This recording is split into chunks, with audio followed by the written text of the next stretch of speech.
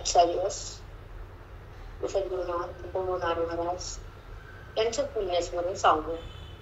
त्यानिमित्तानं आपण आलो. अंकु दादा, त्यांचे सहकारी आणि बाकीचे भक्तगण हरिओम आमच्या महात्म्याचा एवढा सोहळा पूर्ण करतात. खूप आनंद शब्दात वर्णन करता येत नाही. महात्म्याचं पुण्यस्मरण आणि त्यांच्या जीवनातलं जो आनंद आपण इथे घेतो, संतांचं वर्णन, संतांची आठवण आणि देवाची आठवण, दोन गोष्टी त्याच्यामध्ये. देवाचं पण स्मरण असतं आणि संतांचं पण असतं. काल सांगितलं दादानं की श्राद्ध कुणाचं, सोहळा कुणाचा, उत्साह कुणाचा, ज्याचा शेवट गोड झाला त्याचं पुण्यस्मरण असतं. आणि ज्याचं अज्ञान नाही निघालं, पापपुण्य मागत राहिले, त्याचं श्राद्ध असतं. आणि ज्या भगवंतानं अवतार घेतला त्यांचा उत्सव असतो. नाना प्रकारे बोलली दादा आणि त्यांच्यामुळे हा सोहळा होत आहे.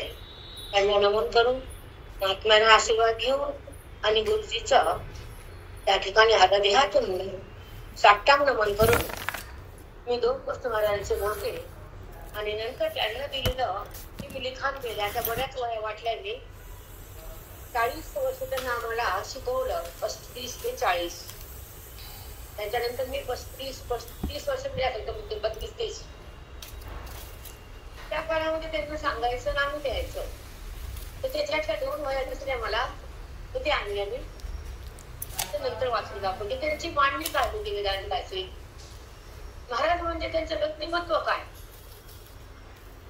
आमच्या ओनार महाराज म्हणजे गुरुजींचे सावली काय, गुरुजींच्या परंपरेमध्ये आलेला विरा काय, त्या महात्म्याचं मार्गदर्शन करून वेदांताची मांडणी मांडणं आणि प्रत्येक सेवाला चिंतन देहामध्ये पोहोचव, त्याला म्हणतात ज्ञानाची बैठक, मोक्षाची घरी बसून दिली. आमच्यासारख्या उन्हाळ जीवाला शिकवलं आणि संसारी लोकाला साधनेवर आणलं आणि महान महान तपश्चर्या करून घेतली आमच्याकडनं. बरेच वर्ष दादा फिरायचे महाराजाबरोबर, तीर्थयात्रा, काशी, धाम, लिंग. तर दिवाळी मुझप्पा करायचे. पण त्यावेळेस माझी लेकरं छोटे होते. तर त्यावेळेस मला जाता आलं नाही. पण नंतर दादा पण सुटले की माझ्यासोबत होते महाराज. म्हणजे सप्ताह, दोंड्याचा महिना, पंढरपूर, केकरजवळा, बाभळगाव, पिंपळगाव या ठिकाणी मी महाराजाबरोबर बरेच होते. आणि संत महात्म्याचं आदर्श जीवन काय असतं आणि त्या संतांच्या वाणीमध्ये, श्रवणामध्ये कसं प्रेम असतं जगाबद्दल, त्यांचं आयुष्य जगासाठी कसं बलिदान असतं, संसाराला पाणी टाकून ते पुढे कसे येतात, स्वतःच प्रारब्ध भोगून सगळी सहनशक्ती, ते सगळं दुःख सहन करून प्रारब्धाला थांबून ते संतांच्या परंपरा चालवतात. ते संत असतात. गुरुजींची परंपरा आमच्या महात्म्याने चालवली. रोज पाठ, सकाळ, संध्याकाळ, दुपार. नंतर कीर्तन दर एकादशीला, प्रवचन, गोकुष्टमी, सगळे बीज. त्याच मंदिरात मला बीज भेटलीये. माझ्या गुरुजीच्या पण आशीर्वादानं, माझ्या महात्म्याच्या कृपेनं तुकाराम बीज बंद पडली होती त्या मठातली. तर अचानक आम्ही पारायणाला बसलो. नामांकित श्रीमंत लोक होती तिथं, मला नाव घ्यायचं नाही कुणाचं. आणि मग पारायण झालं आमच्या गाठ्याचं. मग लेडीज म्हणले आता एवढी पंगत कुणी घ्यावी, आणि 10 महिला भात आणा, 10 महिला वरण आणा, 10 महिला चपात्या आणा. पंगत कुणीच करू शकत नाही, कुणी पुढे येईन झालं. आणि मला कसं तरी व्हायचं, हे काय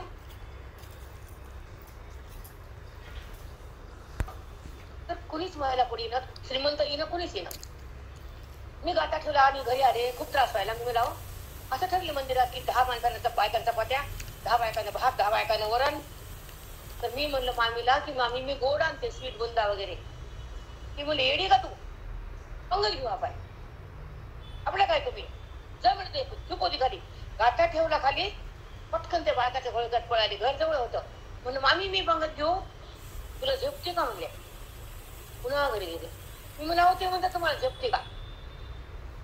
ते म्हणले किती लोक आहेत? मी म्हणलं 500. पुन्हा गेले. ते म्हणले नाही का 1000 घेऊ शकतात. ते म्हणले 2000 होईल. तुला काय करायचं? जा, मी पंगत घेतो. तेव्हापासून बीज माझ्याकडे आली. तुकोबारायांचं पात्र मला माझ्या भाग्यात वाढायचं होतं. ते माझ्या कुळात आले. ती पंगत खूप आनंद होतो. बाकीचं जीव घालणं आणि संतांच्या निमित्ताने जीव घालणं खूप फरक आहे. ते भाग्य मला माझ्या महात्म्यामुळे लाभलं. कारण तिथं जायची, शिकायची आणि मग गाथा पारायण वगैरे त्यांना लावून गेले वळण. आम्हाला परमार्थाचं काहीच माहित नव्हतं. माझ्या संतानं, माझ्या गुरुनं माझं आयुष्य बदलून टाकलं. बोधाचं अमृत मला पाजलं आणि यानाचं अमृत हृदयात धारण करून दिलं आणि वेदाचं चिंतन त्या मनाला भोगता आलं. त्यांचं नाव माझी महात्मे. की ज्या जीवनामध्ये संत संग नाही, श्रवण नाही, वेद नाही, भक्ती माहित नाही, जगणं कळत नाही, दान धर्म माहित नाही, काहीच माहित नव्हतं आम्हाला. पण त्यांना आम्हाला वळण लावलं परमार्थाचं, भक्तीचं, ज्ञानाचं, कर्माचं, दान धर्माचं त्यांनी वळण लावलं. मग अशा महात्म्याची ओळख, अशा महात्म्याचं चिंतन आपण सांगू शकत नाही. कारण त्यांना पूर्ण आयुष्य त्यांच्या गुरुजीच्या चरणावर घातलं आणि जेव्हा गुरुजीने देह ठेवला त्याच्यानंतर त्यांची परंपरा त्यांनी 40-45 वर्ष अशा महान महात्म्याने चालवली. आज बघा कोण आहे सोबत त्यांच्या, माझ्या पैठणचे लोक, दादाचे, जे बी काही कोणी असं साधकते. पण काय असतं, प्रारब्ध कर्म असतं, तर आपण काहीच करू शकत नाही. पण वाईट मात्र वाटतं की आमचा असा हिरा असताना त्याला अंगठी बसवायला लागते सोन्याच्या. ते विधी पुढे कोणी जाऊ शकत नाही. पण तुम्ही केलं काय न केलं का त्यांच्यावर त्यांचं ज्ञान डिपेंड होऊ शकत नाही. कारण ते भगवंताला पांडुरंगाला प्राप्त झाले. तुम्ही केलं म्हणजे ते पांडुरंगापाशी आहेत किंवा ते ज्ञान त्यांचं फेल आहे वगैरे वगैरे नसतं. पण अशा महात्म्याची पुण्यतिथी हजारो लोकात व्हावी, नसू दे, पण त्यांचं पुण्यस्मरण काही भक्ताच्या द्वारे व्हायलं आणि माझ्या गुरुजी समोर व्हायलं. खूप भाग्य उदयाला की गुरु आणि शिष्य त्यांच्या आम्ही.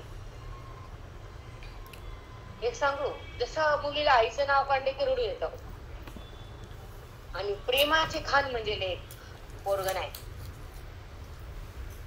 आणि अजून एक सांगते, माझा ऑनलाईन क्लास असतो, तर त्यावेळेस मी निरीकडे बोलते, मी कोणाला घेत नाही. कारण माझी गुरुजीची गादी आहे. सिंहाचे बछडे आम्ही पिल्ले, कुत्र्याचे नाही.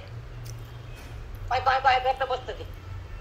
काका सांगायचं हमेशा, तर एक खडा आपण मारला सिंहाला, वाघाला, तर ते वाज घेतात त्या माणसाच्या मागाला आपण त्याला फोडत. कुत्रे कोई कोई करतात बसते. तसं आम्ही सिंह आहे, नरड फोडतो अज्ञानाचं, माणसाचं नाही. मग आम्हाला त्या महात्म्यानं जे शिकवलं, आमच्या आयुष्याला वळण लावलं, अध्यात्मामध्ये चित्तात पेरलं आणि वेदांताचं नातं आम्ही धारण केलं. मी कोण हे कळून दिलं. जगाचा भ्रम पुसला, वेदाचं ज्ञान हृदयात बसलं आणि देहाचं नाते तिथंच थांबलं. हे ज्ञान आमच्या संतानं आमच्या हृदयात मांडलं. त्याला म्हणतात संत, त्याला म्हणतात गुरु. की ज्या जीवाला ओळख नाही स्वतःची, जन्मतो जीव, तुम्हाला माहिती सगळे जन्मतात. का जन्म येतो, का वासना तयार होती, का देह मी वाटत, का माणूस अमर बनतो, का माणूस देहाचा संबंध वाढवतो, का नात्याच्या मागे झुरतो, का मोहा शिरतो, का मी करतो. याचं उत्तर आमच्या महात्म्याने आम्हाला आधी दिलेलं आहे. की जन्म आल्यानंतर वासनेला थांबवणं आणि वासनेचा वाद करणं आणि संताची संगती धरणं, बोधाचं अमृत पेणं आणि अंतःकरणातल्या आत्म्याशी बुद्धीने समरस होणं आमच्या महात्म्याने आम्हाला शिकवलंय. वेदाच्या माध्यमातून, ज्ञानाच्या बोधातून शिकवलं की जन्म कशासाठी तुमचा. त्याला सांगितलं की मानव देह कुणाला मिळतो, कुणाला कळतो. पशु मानव कसं पशु योनीमध्ये जन्म आला, पण बुद्धी कुठे, उद्धार करायचं कुठे, कर्म योनी फक्त. पण आम्हाला मानव देह दिला आणि आमच्या समोर संत आले आणि ते असे साक्षात्कारी, असे वेदांत आचार्यपदी त्यांना वेदांताचं ज्ञान भरपूर होतं आणि अलीकडे वेदांत कुणाला लागतो? बरोबर बोललं, झाडलं, 2 शब्द ओव्या पाठ केल्या, समोर मांडल्या, झाला पंडित. माझ्या मना का पंडिताची शहाणा आपण म्हणतो तो कधी मंदिरात बसून, अनेक नाही माझ्या मना हो का पंडित शहाणा. एकदा आमच्या मठा गुरुजी, आमच्या गुरुच्या मठ आपल्या महाराजांच्या पाठात थोडा वेळ होता, लोक आलते. कोणतरी आलता, तो माणूस लांबचा होता, काशी वगैरे. त्यांना काहीतरी पाठ होत, भरपूर ग्रंथ असेल पाठ. मग चर्चा सुरू झाली, ह्यांना पाठ ह्यांना पाठ. आमच्या घराच्या कानावर गेलं. त्यांना काय वाटत होते, पाठांतरात त्यांना वाटत नव्हतं काहीच. आम्ही ना, आम्हाला कळत नव्हतं पाठ आहे पाठ आहे पाठ आहे. सांगितलं महाराजांना पाठ म्हणजे काय. बहुत केले पाठांतर, वर्म राहिले दूर. बहुत केले पाठांतर, वर्म राहिले दूर. पाठांतर आणि दूर, रचा र प्रयास. आम्ही गारच पडलो होतो. आधी नाचूच लागले. अरे असावं पाठांतर, पण त्या ओवीचा शब्दाचा भावार्थ हृदयाच्या आत उकलावा. असं मोगऱ्याचं फूल उकललं की सुगंध बाहेर टाकते, बरोबर आहे ना? तसं ओवीचा भावार्थ, गीतेचा भावार्थ, श्लोकाचा भावार्थ, अभंगाचा भावार्थ हे संतांच्या माध्यमातून श्रवणाच्या भक्तीनं हृदयामध्ये उकलावा, तर तेव्हा ते मन देहाला शिवत नाही, विकार होत नाही, तिथं अज्ञान टिकत नाही आणि त्याचा भाव बदलल्याशिवाय राहत नाही. आधी देहभाव असतो. जेव्हा आपला जन्म येतो तर अज्ञानामुळं, आणि अज्ञान काय करतं मनाला, देहाकडे खेचतं. हे अज्ञानाचं मोठं काम. एखादी भांडकुदळी बाई ती कुणालाही भांडतीच, तिचा गुणधर्म असते ना. तर तिच्यापाशी शब्द, गोड वाणी, नम्रता, दया, माया काहीच नसतं. तसं संतापाशी अज्ञान नसतच, पण जीवापाशी असतं. पण जीवापाशी अज्ञानाला काढण्यासाठी संत धावून येतात. दया चैतन्याचे धावे कारुण्य झोके. काल घेतलं तुम्ही अमृतानुभवाची. अविद्येचे आडवे गुंज जीवपणाचे भवे, दया चैतन्याचे धावे कारुण्य झोके. जी जीवाला बुद्धी आडवी येते आणि भगवंताकडे जाऊ देत नाही, आणि ती बुद्धी देहात राहती आणि जगाला पाहती आणि मी करते, तेव्हा ती स्वतःला न ओळखता जगाला ओळखते. देहाला माझं म्हणते ते असं हे म्हणण्याचं कारण ते अविद्या आडवी आलेले असते. अविद्येचे आडवे गुंजित जीवपणाचे भवे. जीवपणा बघतो आपण, शिवपणा कुठं माहिती आपल्याला. गुंजित जीवपणाचे भवे, तया चैतन्याचे धावे कारुण्य झोके. मग अशा अज्ञानाच्या दुःखात भोगणारे पडणारे जीव, त्याची दया आली आणि चैतन्य रूप असलेले संत महात्मे धावत येऊन अवतार घेतला, आणि असे महान महात्मे आमच्या सारख्याला मिळाले. पामराला कारुण्य झोके करुणा आली की या लोकांना ज्ञान द्यायला कुणी नाही, ह्यांचा अभिमान टाकायला त्यांना कळत नाही, आणि त्यांचं देहभान सुटत नाही, त्यांचं जन्म मरण फिटत नाही, ह्यांना मी कोण कळत नाही. म्हणून असे संत महात्मे धावून आले आणि परभणीत आम्हाला ते लाभले. परभणीकर खूप भाग्यवान आहे. अशी महान संत आणि वेदांताचार्य यांच्या वाणीतलं वेदांत सांगू पुढचा. आता अजून सांगते, ऐका. मला बाकीचं काय बोलायचं नाही. माझ्या महात्म्याची इथं आज पुण्यतिथी आहे. त्यांचं जीवन, त्यांचं कार्य, त्यांचं अध्यात्म, त्यांचा वेदांत, त्यांचा श्वास हे तुमच्या पुढे मांडायचं. मला बाकीचे काय बोलता येत नाही आणि मला काही कळत पण नाही. पण माझे गुरु कसे आहेत हे मला श्वासातून कळाले, प्राणात मिळाले. त्यांचं धन मी लुटलंय आणि त्यांच्याच आज संप्रदाय मी 60,000 लोकांना ऐकवायले. आज माझं चिंतन युट्यूबवर 60,000 पब्लिक ऐकतीये. फक्त 4 का 6 महिने झाले. आता एका वर्षात मी 1,00,000 लोकांपर्यंत जाणार आहे. हे माझा प्रसाद माझ्या गुरुजींचा सगळ्या जगाला देणार. महान कार्य माझ्या महात्म्यानं मला हातात दिलं. माझ्या लहान नाही कार्य आहे की वेदाची परंपरा, माझी परभणी, माझा वेदांत, माझे गुरुजी आणि माझे महात्मे काय होते. त्यांचं जीवन ज्ञानामध्ये कसं फुललेलं होतं, त्यांना अध्यात्म कसं परभणीमध्ये वाटलं प्रत्येक साधकाला. त्यांच्या जीवावर कीर्तन करून पैसे कमवले लोकांना. मला माहिती सगळं. कुणी भागवत करायला, कुणी कीर्तन करायला. करायले दादाला काय दादा पटेलचे दादाला आमच्याकडे माहित नाही हो कारण त्या महात्म्याने आम्हाला काय नाही दिलं खूप काय दिलं. एक सांगते की जसं लहान लेकरू असतं जन्मलेलं छोटस ते आईच्या मांडीवर सुशी करते की नाही करत की नाही. आई फेकती का पुसती आई फेकून देत नाही बाळाला त्याला स्वच्छ करते त्याची घाण काढती आणि त्याला हातावर झेलती रात्री दिव्याचा पाळणा करते डोळ्याचा आणि ते पोरग म्हणतं त्या आईला तू त्या पोराकडे जा. दोन पोरं असल्यावर सांगा ते पोरग म्हणतं प्रॉपर्टी दे आणि तिकडे जा. पण हे संतांना प्रॉपर्टी घेतली का आमची घेतली का प्रॉपर्टी आणि दिलं किती भरपूर मोस्ट आहेत दिलं दान. माझ्या गुरुजी समोर आहे मी जेव्हा आमचं ब्रह्मसत्र असतं आता काल आनंदी झालं 6 ते 8 तास बोलले मी पण ग्रंथाकडे बघायची वेळ आली नाही आम्हाला. 8 तास नॉन स्टॉप फक्त वेदांत.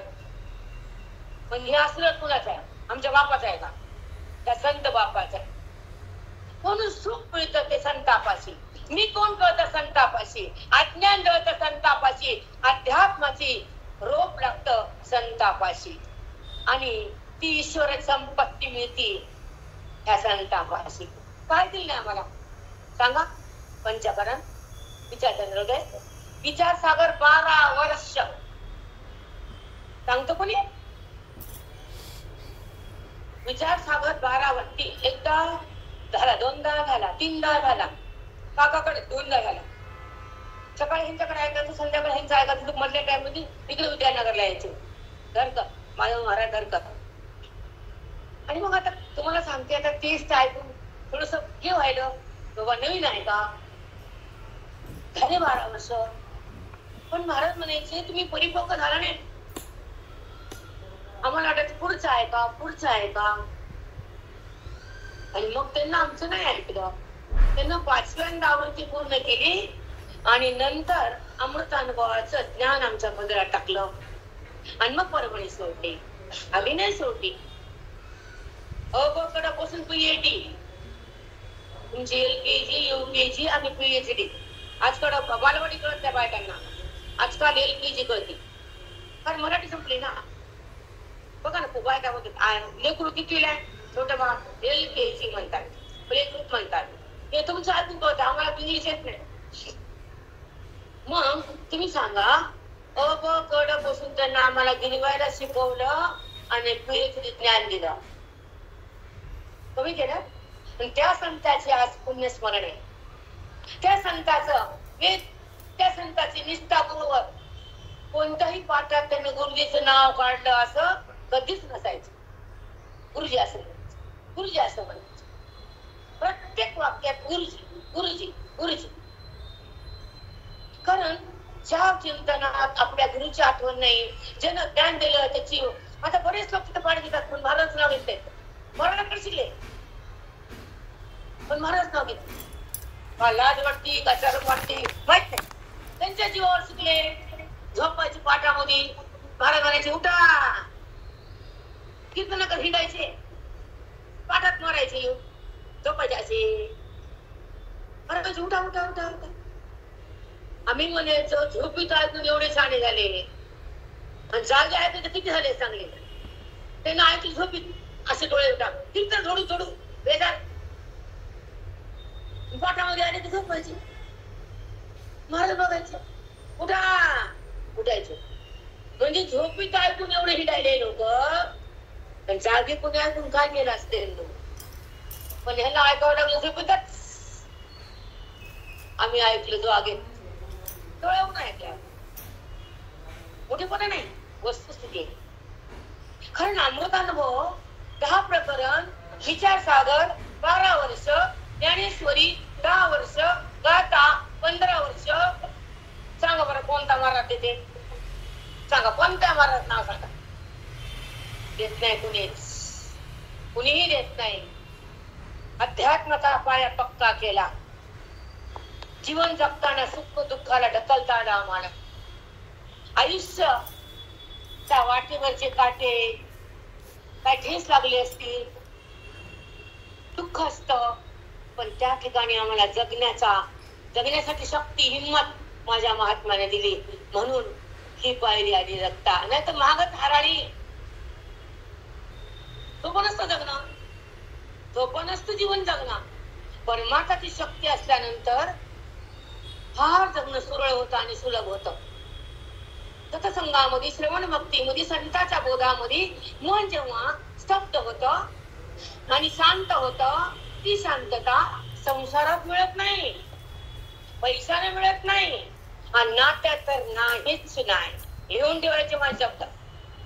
तुम्ही जे नात्याला सुख मागता, नात्याची इच्छा करता, आता माझं पोरग नाही टोरग नाही कुछ नसता.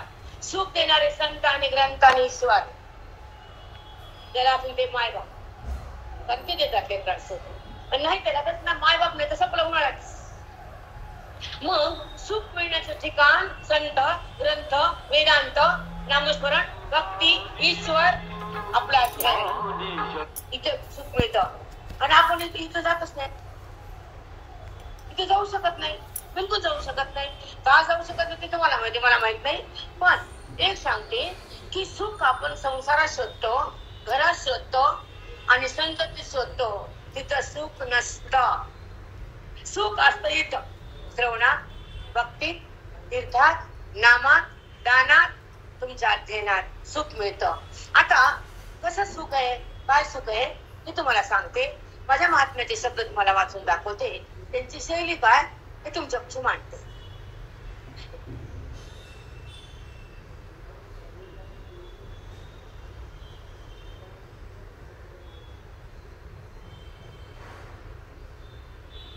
आता मग 2 मिनिटं वही वाचवते, 5 मिनिटं नंतर एखादी वही घेते.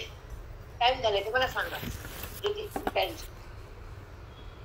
त्यांच्या पुढे बसून आम्ही त्यांच्या मुखातले शब्द बेसले आणि ते वहीत टिपले. अशा 30-32 वर्षाखालच्या वया आहेत. तुम्हाला दाखवते त्याची अवस्था. न कळालेला बरा, संसार न कळालेला बरा. माणूस मधी घुसतो, भावऱ्यात जातो, पुन्हा मरतो. चिखलात माणूस गेलो, भावऱ्यात येतं का वरी? पाठीवर पुढे बसा, या पुढे. आता ऐका, ह्या पाठक बाई, ह्या ज्योती, ह्या आमचे पत्ते वाटताई, त्या आमच्या ताई, असा आमचा ग्रुप होता 40 बायकाचा. तर ते तुकोबरायांचा एक अभंगाचा तुकडा आहे त्याच्यावर. उतरलो पार सत्य झाला हा निर्धार. एवढ्याच तुकड्यावर चिंतन होते, ते मी लिहिलेले.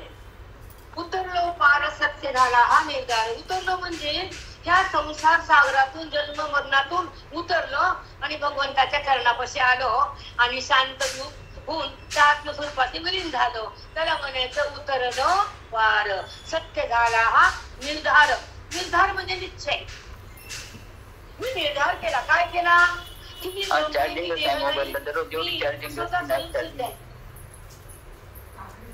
कोणी बोलतंय का? बोलू नका. उतरलो पार.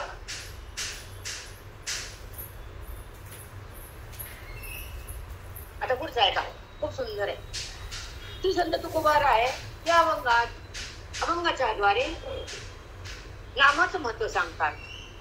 ठीक आहे, बोलू नका प्लीज. उपदेश करतात. हे नाम साध्यापर्यंत नेऊन पोहोचवत. हे नाम काय करतो? साध्यापर्यंत नेऊन पोहोचवतो. भवातून पार पाडतो, म्हणून आपण नाम घ्यावे. भवातून काय करतो? पार पाडतो. साध्यापर्यंत नेऊन पोहोचवतो, म्हणून आपण सुरुवातीला नाम घ्यावे आणि नामाची शुद्धता झाल्यानंतर आपण ज्ञानाकडे यावे. पुढचं वाक्य. नाम झालं पूर्ण तर आपल्याला कोणता मार्ग मिळतो? ज्ञानाचा. संत मिळतात, ग्रंथ कळतात, वेदांतात आपण येतो आणि अध्यात्मासोबत बुद्धी राहते आणि त्या ठिकाणी केल्या तिची ओळख. त्याचं नाव ते. आता भवातून पार पाडते म्हणून आपण नाम घ्यावे. तर कसे घ्यावे हा प्रश्न येतो. कसं घ्यायचं नाम हा प्रश्न पडतो. विशेष नाम घेतलं फल लवकर मिळतं आणि विलंब लागतो. आता कसंही घेतलं, भाव नाही, श्रद्धा नाही, प्रेम नाही, तर विलंब लागतो. आणि विशेष नाव घेतलं, सगळं वैराग्य धारण केलं, वासना टाकून दिली आणि नामात मन आलं, त्याला विशेष नाम म्हणतात. वासना जर राहिली नामात आला तर ते नाम तेवढं पावन नाही, मध्ये दोष आहे. पण दोष रहित नाम घेतलं तर ते नाम त्या हृदयाला पावन करतं आणि बुद्धीला ब्रह्मापर्यंत नेऊन पोहोचवतं, संताची भेट देतं. मग पुढचं काम संत करतात. हे नामाचं कार्य आहे. ऐका, भोगाने प्रारब्धाचा नाश होतो. आपण भोगतो प्रारब्ध आणि मग भोग त्याचा कर्मदान नाश झाला. भोग हा चुकत नाही, सगळ्यांनाच माहिती आहे. हा अबाधित सिद्धांत आहे. असावा, अपेक्षित नसा. भोगाचा भाग अपेक्षित ठेवावा, अपेक्षित करा. भोगाचं चिंतन करू नये. भोग काय करावा बाजूला ठेवा, अपेक्षित ठेवावा, सतत त्याचं चिंतन करून. आता ऐका, कल्याणाचा भाग अपेक्षित ठेवावा, तर अपेक्षित करावं. प्रारब्ध काय करावं, बाजूला ठेवावं आणि कल्याणाचा मार्ग समोर धरावा. कल्याण कसं होईल, सत्संग कसा होईल, माझ्या बुद्धीत परिणाम कसा होईल, माझं अज्ञान कसं जाईल, मी नामात कसा येईल, ध्यान कसं होईल, ज्ञान कसं होईल, संतांचा आशीर्वाद कधी येईल, माझ्या भगवंताची भेट कशी होईल, याचा ध्यास असावा आणि प्रारब्ध बाजूला ठेवावं. तर आपण प्रारब्ध बोला, खूप मस्त आहे. कल्याणाचा भाग अपेक्षित ठेवावा. देव नावाचा पदार्थ, देव प्राप्तीचा साधन अपेक्षित. आपला संसार अपेक्षित ठेवावा. आता अपेक्षाने संसार नसावा, दुःख होत नाही. अपेक्षा नसा संसारात, कुठलीही अपेक्षा नाही. न पोर राखून न घर राखून. तुम्हाला मी उदाहरण दिलं काल मस्त, तुम्ही विसरला. मी तुम्हाला एक विचारलं, सांगितलं, विचारलं नाही की मी जायची पैसे मागायला दुकानावर फक्त एकादशीला. ती पैसे माझ्या महाराजच्या गळ्यात हार आला. माझ्या महाराजच्या गळ्यात हार असा दिसावा तर सगळ्याच्या नजरा तिकडे असावा, अशी माझी इच्छा होती. हार जर घातला महाराजावर तर माझे महाराज पांडुरंग दिसावे, अशी इच्छा होती. मग तो मोठा हार चौकात जायचं आणि फळं वाटायचे, ह्यालाच पैसे मागायचे. तर मागची साधनं पूर्ण व्हावी लागतात आपल्यासाठी. कल्याण म्हणजे मोक्ष, कल्याण म्हणजे ज्ञान, कल्याण म्हणजे पांडुरंगाची ओळख आणि कल्याण म्हणजे बुद्धीनं साध्यापर्यंत जाणं. कल्याण म्हणजे तिने भावातून येणं, कल्याण म्हणजे स्वरूपाची ओळख होणं आणि कल्याण म्हणजे त्या आत्मचिंतनामध्ये मन गुरून जाणं, शेवटचा टप्पा. त्या आत्मस्वरूपापाशी मन एकरूप होणं म्हणजे विघरून जाणं. जसं पाणी आणि मीठ एक झाले, मीठ उरलं का, पाण्याच्या संबंधानं मीठ संपलं, तसं संताच्या बोधानं अंतःकरणात असलेला ज्ञान संपलं. Same same. उदाहरण दिल्याशिवाय कळत नाही माणसाला. उदाहरण असे द्यायला पाहिजे की पटकन कळावे. आपण जेव्हा बोलतो ना तर शब्दाचा भडीमार समोरचा पटकन व्हावा आणि समोरच्याला ऐकावा असं काहीतरी कुतूहल असावं. तेच ते उदाहरण, तेच एक्झाम्पल, मग ते माहित असतं. अर्धा इंटरेस्ट येते त्याच्यामुळे. काहीतरी एक नवीन दिशा दाखवली पाहिजे बुद्धीला, की त्यावेळेस मन थांबतं आणि असंही का त्या मनाला कळतं आणि मन भगवंताला मिळतं. त्याचं नाव ज्ञान, त्याचं नाव कल्याण. भाषाचं प्रभुत्व असावं, वेदांताची बैठक असावी आणि नामावर श्रद्धा असावी आणि संताची दीक्षा असावी, ग्रंथावर प्रेम असावं, वेदांताचं ज्ञान असावं आणि अज्ञानातून बाहेर निघावं आणि ज्ञानाची बैठक बसावी, आत्मस्वरूपाची गाठ बांधावी आणि स्वच्छ ओळख घेऊन देहातून भिन्न उरावं, त्याला जगणं म्हणावं. देहाला का संबंध करायचा, पोटाला का माझं म्हणायचं, अंतःकरणात अभिरुचीला का वाढवायचा, इंद्रियाचा संगम का करायचा, इंद्रियामध्ये विकार का ठेवायचा, का ठेवायचा विकार, असं काय बोला ना. कारण तीस ते पांचट प्रमाण तेच, उदाहरण तेच. अरे राम राम, काहीतरी नवीन द्या. जे तुम्ही गुरुकडून घेतलं, तुम्हाला गुरुनं दिलं, तुम्ही अध्ययन केलं, तुमच्या हृदयात ते बोध आला, माऊलीची भक्ती तुम्हाला ओवी कळली का, ओवे वाचलं म्हणजे कळणार नाही. ओव्याचा भावार्थ दुसऱ्याच्या हृदयात घालणं म्हणजे ओवीचं अध्ययन आहे. ओवी पाठ केली म्हणजे समजते का तुम्हाला? नाही. ओवीच्या शब्दामध्ये भावार्थात जेव्हा अंतःकरण एकरूप होतं आणि ओवी तिथं मनाला स्पर्श करते आणि बोधामध्ये अंतःकरण विघरून जातं, त्याला आत्मदर्शन नाव येतं. उगत नसतं पाठ केला आणि झोडले ते म्हणजे काय ते जमत नाही आमच्यापासून. ओवी जर काढेल बाबा तू तोंडातून सांग भावार्थ, पाठांतर दाखवायचं आमच्यापाशी नाही बेटा. त्या ओवीमध्ये काय सांगितलं, काय बोलली माऊली तुम्हाला? काल मी सांगितलं माझ्या महात्म्यानं, गुरुजी आमच्या महाराजांना, करोनी संसार वावो स्वरूपी अंता ठावो होय अध्याय 15वा. हा 15वा अध्याय माऊलीनं कशासाठी सांगितला? करोनी संसार वावो मिथ्या स्वरूपी अहंता, म्हणजे बुद्धीनं स्वरूपापर्यंत जाणं, संतांच्या ठिकाणी श्रवण करणं, अध्ययनाच्या द्वारे अज्ञानाचा निराश करणं आणि देहभाव बंद करणं, इंद्रियाचा संगम बाजूला करणं आणि बुद्धीचं आगमन ईश्वराकडे जाणं. बुद्धीचं आगमन कोणाकडे? ईश्वराकडे जाऊ लागते. ती देहाकडे येत नाही बुद्धी पुन्हा. साधूच्या चिंतनामध्ये, श्रवणाच्या भक्तीतून, ज्ञानेश्वरीच्या ओवीतून मन भगवंताकडे जात, भगवंताला पाहत आणि भगवंतच होत. त्याला म्हणायचं करोनी संसार वावो. पाठ केला सांगितलेला, पाठ केला, पाठांतर दाखवायला का आम्हाला? काय ती भाषा? कारण ज्या ओवीमध्ये जे मांडत ते सांग. चुकायला का माझं? नाही. करोनी संसार वावो. संसार म्हणजे जन्म आणि मृत्यूला तुम्ही वाढवता. कसं वाढवता? जन्माचं मरायचं, जन्माचं मरायचं. का संसार वाढवता तुम्ही? ह्याचं कारण आहे अज्ञान आहे. तुमच्या अंतःकरणात असलेलं अज्ञान तुम्ही निवृत्त केले नाही, त्याचा नाश झाला नाही, ते बाधित ठरलं नाही आणि अज्ञानाच्या संगतीत राहून देहाचा संबंध केला. ईश्वराचा संबंध तुम्हाला झाला नाही. ईश्वराचा संबंध, ईश्वराची ओळख, ईश्वराचं ऐक्य माऊलीच्या ओवीतून होतं. ओवी जेव्हा कळती तेव्हा तेव्हा हलक्या हलक्या अज्ञान उघडू लागतं. जसं लोणी गॅसवर ठेवलं तर लोण्याचं रूपांतर तुपात कवा झालं कळतच नाही. लोणी बघता बघता तूप होतंय, तसं देहभाव बघता बघता आत्मरूप होतो. सांगा चुकलं का? लोणी जर अग्नीवर ठेवलं तर पाहता पाहता लोण्याचं काय झालं? तूप झाले ना. तसं ज्या अंतःकरणामध्ये चार वेदाचं संत महात्म्याकडून अध्ययन केलं, त्या अंतःकरणातलं अज्ञान वितळून गेलं आणि ब्रह्मस्वरूप तूप वरी आलं. हे शिकवलंय आम्हाला ह्यांना. आम्ही कपाट केलं का? नाही, सगळं स्फोटा धरून शिकवलं आम्हाला. मग हे सांगा आम्हाला तुम्ही, माऊली काय करती तर लाखो करोडो जन्मात बुद्धीत असलेलं अज्ञान ह्या बोधानं धुवून काढती आणि वेदाच्या ज्ञानानं अज्ञानाचा वाद करती आणि अबाधित परमात्म्याला प्रगट करती आणि बुद्धीला ब्रह्मरूप करती. ही ओवी माऊलीचं ज्ञान आम्हाला देती. असं बोल ना बाबा काहीतरी. गोव्या सांगायला बोलले का तुला इथं? आम्ही वाचलं का गोव्या? अवघड आहे हो, तुमच्याशी बोलणं फार अवघड आहे. मी तुम्हाला उगं भिवून बोलायचे, माझ्या पोटातल्या बायकाला विचारा घडकून काढते. हा मी दोषाला ठेवतच नाही आणि कुणाला भेटत नाही. इथं मर्यादा ठेवत नाही मी कुणाची. आमच्या लेडीज असतात म्हणजे आहे जेंट्स पण ही गादी कुणाची आहे? गुरुजींची.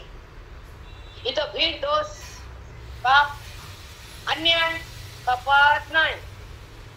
म्हणून दोष काढण्यासाठी बोलावंच लागतं. आई म्हणते मेल्या म्हण, तिला वाटतं खाली बरोबर पण म्हणते तरी मेल्या. हा तसं रागवणं जरुरीच आहे. पावसात मरू नको इकडे आहे ना, तसं संत म्हणतात अज्ञानात मरू नको इकडे ज्ञान म्हणते की नाही. मग असा आमचा हिरा आहे. त्यांचं सांगू का बाबा पाठवून तुम्हाला? हा नाही, मी माझ्या महत्वाचं सांगणार बिलकुल. कारण त्यांचं पुण्यपणाने अवतारी पुरुष लोक गुरुजींना काय म्हणत होते? माऊलीचा शेवटचा अवतार. इथं देशनाला आलं की आळंदीची वारी होती. कारण गुरुजी म्हणजे माऊलीचा अवतार आहे ज्ञानोबरायांचा. हा, आणि त्यांची सावली म्हणजे मग आमचे महात्मे, आणि त्यांचा बोध आमच्या हृदयात न बसवला, आम्ही बी त्यांचे. लाज वाटाव का? त्यांचं म्हणा लाज वाटावी? लाज वाटू नये, अभिमान वाटावा. माझे महात्मे असेल. एक तुम्हाला सांगते, वेदांत शास्त्र अध्यात्म आज नाही जगात, संपलेले. गुरुजी जेव्हा पंढरपुरात असायचे, ऐका, परभणी चिंतन करायचे, पण अशी वार्ता दीक्षातून मास्तर होते ना पंढरपूर. आधी तो दर्शना कळायचे, कीर्तन करून यायचे. मग त्या लोकांना वेदांत तेव्हा कळाला कानाला, वेदांत काय पंढरपुरात कडे येत होता? नव्हता पंढरपुरात वेदांत. माझ्या गुरुजीनं पेरला. आता ऐका कसा पेरला ते. जेव्हा जायचे वारीला, कीर्तन करायचे, वापस यायचे, 2 दिवस चिंतन सांगायचे त्या मुक्ताबाईच्या मठात. ऐका, मग त्या लोकांना लालू सुखी नो, त्या महात्म्याला आणावं. ते महात्मा काय लहान का नाही का? देवाचा देव आहे आमचे गुरुजी, आमचे महात्मे. ज्ञानी हा देवाचा देव जाणा, मौलिक लिहिले. ज्ञानी कोण आहे? देवाचा देव. पण शेवढे लोक कळत नाही संसारात. होतं का शेवढे लोक? यांच्या नाकात समोर जात नाही, यांना पुस्तक येत नाही, ह्याला संत कळत येतात नाही. कळत का? कळत नाही, पुण्य नसतं. त्यांची संगती काय मिळत नाही, पाप असतं. आणि तुम्हाला एक सांगते, किती जरी संसार नाचून नाचून केला तर हातावर काय आहे पुन्हा? सांगा काय? एवढं धान्य बांधतात, विषमून सोडतात. विसावा किती असतं धान्य? मुठभर. आणि ते नको म्हणलं कोटीच, आणि जाताना मुठभर ते सोडून जायचं. अरे राम, तरी पण घरातून नाही निघायचं बाई. बाबा म्हणजे हिंमत किती असते बघा ना जीवाची, की ज्या घरात ज्या संपत्तीला आपण आयुष्य दिलं आणि जाताना लोकांना देऊन जायचं, ह्याचा विचार करू नये. अहो रात्र पुरुष आणि स्त्री कष्ट करतात, जमवतात. जमवा, धर्म तुमचा, धर्म अर्थ काम आणि मोक्ष तुम्हाला सांगितलंय. पण स्वतःच कल्याण करणं, आपला पैसा कुठेतरी महात्म्याच्या पुण्यतिथीला, देवधर्माला, गरीबाला, दुःखी लोकांना दिला तर तुमच्या कुणाचं धन संपत नाही. हे मी सांगावं लागतं भाभी. पण ते धन नुसतं घरात ठेवलं तर ते धन पुढे जातं. सांगते आता ऐका, ते धन जातं चोरीला, मोरीला, डॉक्टरला, वकिला, कोर्टाला. तू देव बघते देते पहिला, दुसरा, चौथा, 5वा म्हटला, आणि ते जर दिलं नाही तर त्या टाका घालते. मग कळतच नाही. मग वकील, कोर्ट, दवाखाने सुरू. मग तिकडे भरा बिल. मी कॉमन बोलत नाही, सगळ्या व्यापक बोलते. कारण जर तुम्हाला लक्ष्मी दिली देवानं, नीट ऐका, तर त्याचा काही हिस्सा देवाला, असे सप्त्याला, दान धर्माला, तीर्थयात्रेला आणि गरीब लोकांना. जर कुठं अडचण असेल तर धावून जावं. कुठं अडचण असेल तर जाऊन तात्काळ मदत करावी. त्यांच्या घरात अन्न नसेल, त्रास असेल, दवाखाना असेल, जाऊन द्यावं त्यांना निघून. त्याची दुआ पिढ्यान पिढ्या संपत नसतील. पण आपल्याला कळत नाही, धन आले की मासतो आपण. तसं करू नये. हा माझा थोडा प्रायव्हेट बोलले मी, तुमचा टाइम घेतला तो मग सोडून द्या. पण एक सांगायचं मला, की आपण जेव्हा जन्मून मनेपर्यंत कमाई करतो, सगळं तुम्ही करता, आम्ही सगळंच करतो. पण आता काही काळ थांबून, दादानं मस्त सांगितलं, काही काळ रामाला, काही काळ कामाला, काही काम आरामाला. काय सुंदर शब्द होते ते. काही काळ आराम करा, काही काळ संसार करा, काही काळ रामाला द्या. पण टिप्पणी छान दिली ना काका म्हणले, दादा म्हणले 6 घंटे किंवा 8. ऐका, मग 8 दिले नाही, 1 घंटा द्या, अर्धे घंटा द्या. जेव्हा मी यांच्याकडे पाठ करायचे तर पंक्ती भिंती व्हायच्या. आता लॉकडाऊन आलं तर आपण काय करा, कोरोना किवरोना. मग माझं ऑनलाईन सुरू झालं. मग त्यांना काही गरज नाही, मला कोणाचा फोन नाही, माती नाही. म्हणलं चला आपण बसा त्यांच्या कॉलनी द्या. बरोबर आहे का? आता पुन्हा कशी झाली म्हणे ओढले तेव्हा विले मरणाला. आता म्हणते आता काय करतो कोरोना यायचा काय दाखवायचं तुला. म्हणजे एक सांगतो तुम्हाला, आपला काही काळ भगवंताला अवश्य द्या. आता तुम्हाला सांगा, पुढचं बोलते नंतर घेते. माणसाला धुंदी असते एक नशा, माझं पोरग माझी सून अशी गुरमी असते पहिला, पण जेव्हा तिची हवा निघते का 70च्या पुढे चाल जर वाटली तर मग कळत माझी सून का माझं पोरग. ती पोरग घेत बायको नाही जाता निघून जा म्हणता व्रत असेल मध्ये, ती माय म्हणती माझं पोरग. आता डोस आपला की नाही, आणि तिनं आयुष्यभर कमवून त्याला मोठं केलं, धन दिलं, आणि पोरग म्हणत आता चला तिकडं आणि जातो आश्रम मध्ये. कसा संसार आहे तुमचा कडू जर, आणि त्याला वेळ द्या आपण नाही बाबा. अंगाला काटा या संसार म्हणले की आता कसा काटा कुठा बघू द्या. आता पुढची चिंतन घेते, इथं लांबले की दूर चालली मी जरा आपल्या विषयावर येऊ, आपल्या महाराजा शब्द घेऊ आणि पुढे जाऊ.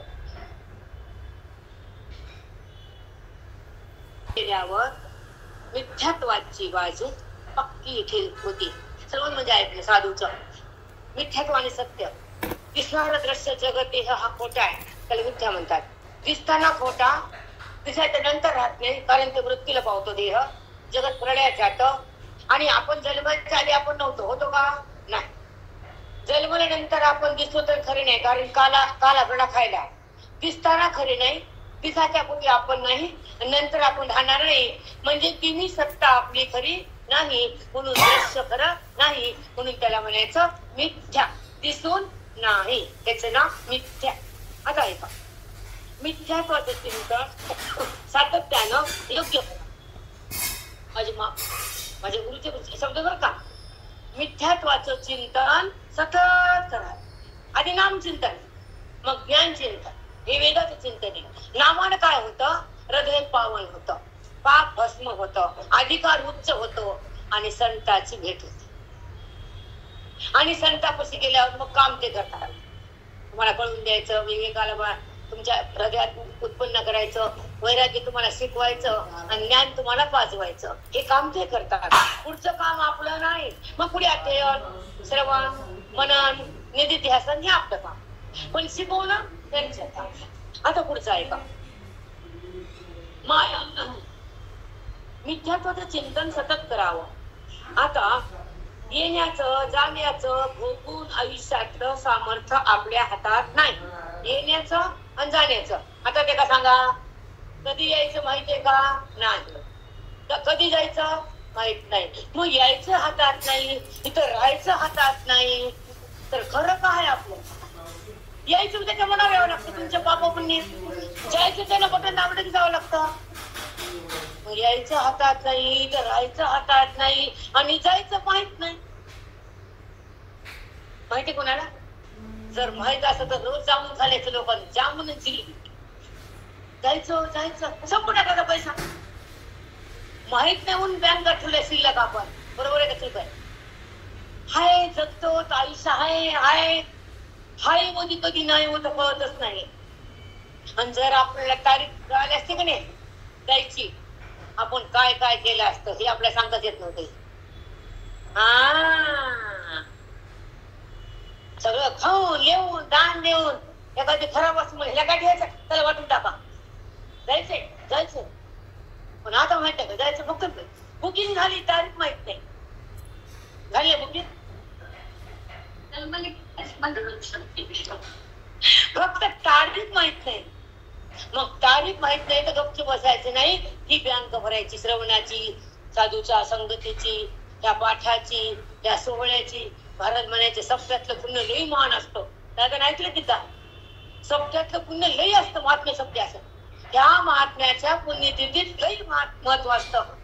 आम्ही एकदा महाराजची पूजा केली आमच्या यांच्याकडे, काय ना तुमचं आडनावच येत म्हणायचं मनचक्रा, त्यांना पाद्य पूजा केली, जोरात केली. मांडा खेळला मी 3 वर्ष नेले भागवत चावलं. महाराजांचा पाठ ठेवला 2 टाइम प्रवचन, आणि महाराज स्वयंपाकाला मी. मग झालं 3 दिवस जाताना मग आमच्या महाराजांना पूजा वगैरे केले सगळे, चाहिदा शक्तीने काय आहे ते. आणि माझा तळमळ व्हायला की मंचक्रावला संतती नाही मुलगा व्हावा. खोटं बोलत नाही बेटा मोराडे. आणि त्यांना आठवण करून दिली. मी विसरले होते. काय गाडीला आणलं. मग महाराज उपाधी होई झाली. महाराज आपलं शांत अवस्था. म्हणजे महाराज महात्मा सूर्य शांत पूजा केली. बसले गपचूप. मी म्हणलं महाराज मंचक्रावला अंजीर द्या ना. फळे मांडले होते. बरोबर द्या. ऐकत होते माझं. हातात ठेवले. त्यांना दिलं. त्यांना 2 झालेले. रिटायर नंतर बघा मला त्यांना आठवण करून दिली. का मला सांगायचं नव्हतं. पण संतांच्या संगतीत काय मिळतं मला सांगायचं होते. त्यांचा संसार म्हणा दिव्याने पण मी दिलतो हातात. महाराजांना द्यावा मंचक्रावला द्या. बरोबर ऐकत होते मागून मागून. थकले की नंतर महाराज नुसते मऊ झाले. मऊ मऊ दोन्हीच. आणि आधी म्हणतात तर सूर्य होता. आणि मागून जेव्हा माझ्याकडे यायचे तर नुसते लोणी लोणी झाले. छाया छाया छाया. आतमध्ये बसलं तर मला बापच वाटत होत ना. माझा बाप आहे. मी घेत नव्हते मग बसायला जवळ बोलायला काहीच नाही. एक मर्यादा असते आयुष्याची आणि आपल्या प्रेमाची. मग काहीच वाटत नव्हतं. माझ्या घरात पांडुरंग आले. परब्रह्म आलं. काय भाग्य माझं माझ्या घराचं. बाप रे बाप. एवढं मात्र भाग्य माझ्या घरात राहिले महात्मे. मला घेऊन फिरले. त्यांचं ज्ञान माझ्या हृदयात राहिलं. त्यांनी चिंतन मला दिलं. माझं अज्ञान त्यांनी संपवलं. माझं बेभान मन होतं. त्यानं मला शांत केलं. अशा अवस्थेत जगणं मुश्किल असतं. लोक जगू देत नाही. संसार जगू देत नाहीत. नाते चांगलं म्हणत नाहीत. तशा अवस्थेमध्ये मुखातून अमृत बाहेर काढायला अजून काय पाहिजे मला.